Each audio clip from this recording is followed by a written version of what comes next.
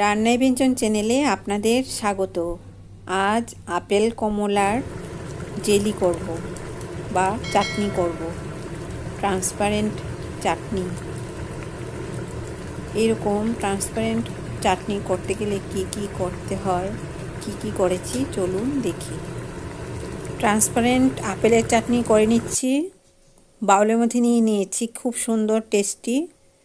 এর জন্য উপকরণ নিয়েছি কমলা লেবু, আপেল মিডিয়াম সাইজের দুটো।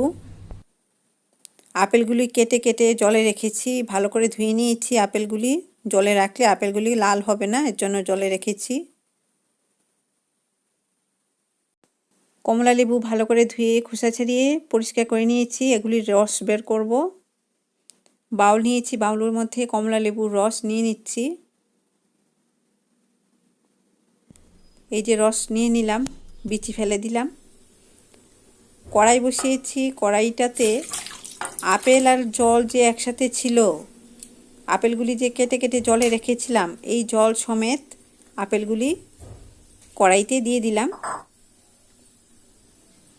ফ্লেমে বসিয়ে দিলাম। 1 চিমটি নুন দিলাম। এভাবে আস্তে আস্তে আপেলগুলি ট্রান্সপারেন্ট হচ্ছে জলের মধ্যে। আপেলগুলি সেদ্ধ হওয়ার পর কমলা লেবুর রস দিয়ে দিলাম। আলতো করে নাড়াচাড়া করতে হবে, না হলে কিন্তু আপেলগুলি ভেঙে যাবে, কারণ এখানে আপেলগুলি সেদ্ধ হয়ে গেছে। এই যে কি সুন্দর আপেল আর কমলা লেবুর ফ্লেভার।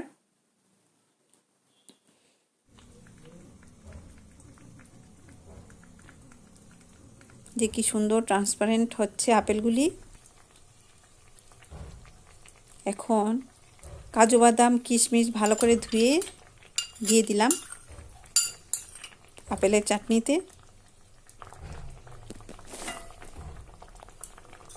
চিনি দিচ্ছি। আমার ছেলেমেয়েরা চিনি বেশি ভালোবাসে না, এর জন্য অল্প চিনি দিয়েছি। যার যার রুচি অনুযায়ী চিনিটা দেবে। আমি মিষ্টিটা ওই অতিরিক্ত মিষ্টিটা দিইনি, অতিরিক্ত মিষ্টি হলে পছন্দ করে না, এর জন্য অল্প চিনি দিয়েছি।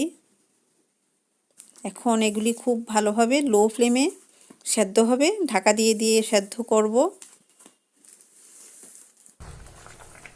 এই যে কি সুন্দর হয়েছে আপেলগুলি, আর কমলা লেবুর রসের জন্য কমলা রং হয়েছে।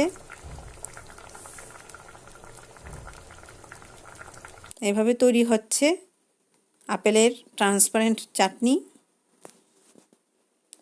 আমার চ্যানেল রান্নায় ব্যঞ্জন যদি এখনও সাবস্ক্রাইব করে না থাকুন, প্লিজ এক্ষুনি সাবস্ক্রাইব করে নিন, আর বেল আইকনটা অবশ্যই প্রেস করুন, তাহলে নতুন রান্নার নোটিফিকেশান সবার আগে আপনার মোবাইলে পৌঁছে যাবে।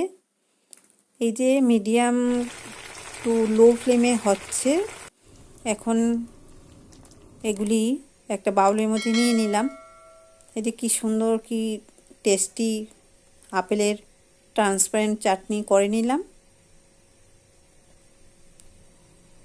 এই যে তৈরি হয়ে গেল, বাচ্চা থেকে বয়স্ক সবাই খেতে পারবে। যারা মিষ্টি কম ভালোবাসে মিষ্টিটা অল্প দেবে, বা সুগার ফ্রি দিয়েও এভাবে করে দেওয়া যাবে বয়স্কদের। আপনারা সুস্থ থাকবেন, ধন্যবাদ।